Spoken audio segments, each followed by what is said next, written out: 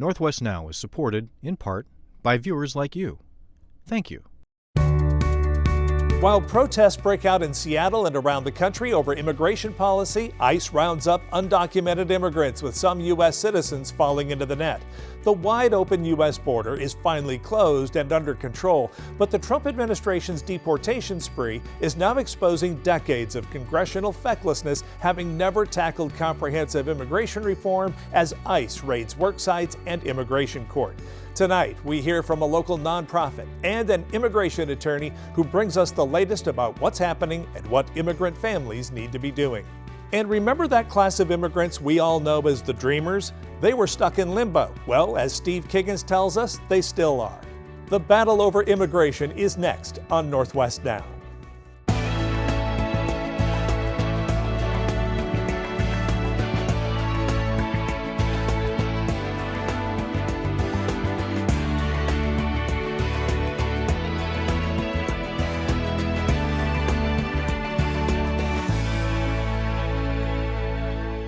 A recent check of ICE's online performance dashboard indicates there have only been about 220 arrests originating out of the Seattle office in Washington, Oregon, and Alaska in the entire fiscal year.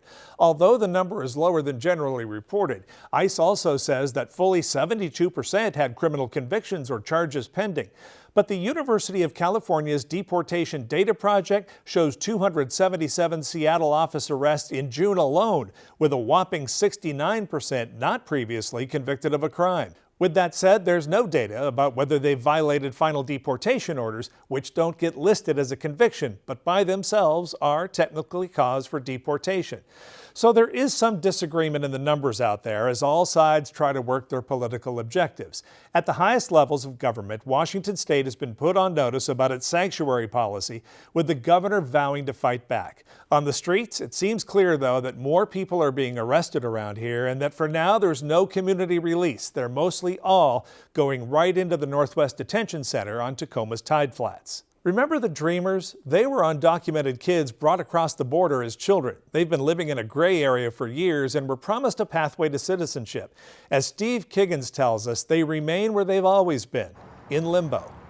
I've spoken with folks who are part of or very closely knit within the Hispanic community here in the South Sound. Some of them share with me a real sense of fear spreading through their community. They fear speaking out, or fear that they can't call police if they're the victim of crime, or fear of being incarcerated and deported from the only country they've called home. Breaks in my heart. Jamie Ortiz made her way from Yakima to the Northwest Detention Center in Tacoma Thursday morning. She says ICE detained her husband on Monday. He was on his way to work, supporting his family. I have a chronic condition. I can't work. Oh yeah. Ortiz shared this clip with Northwest Now. The video is posted to her social media page that tracks ICE activity in and around Yakima. This video shot Thursday morning shows immigration officials detaining a man along a busy street. Ortiz says scenes like this are only increasing. You don't know whether they're going to be sent to Alcatraz. You don't know whether they're going to be flown over the ocean and dropped out of the back of a plane. Whatever this chaos is can really teach us to continue to be strong. Priscila Desiderio is deputy director at Mi Centro, a community-based nonprofit serving Latino and indigenous populations with social, education, and small business services and more in the heart of Tacoma's Hilltop neighborhood.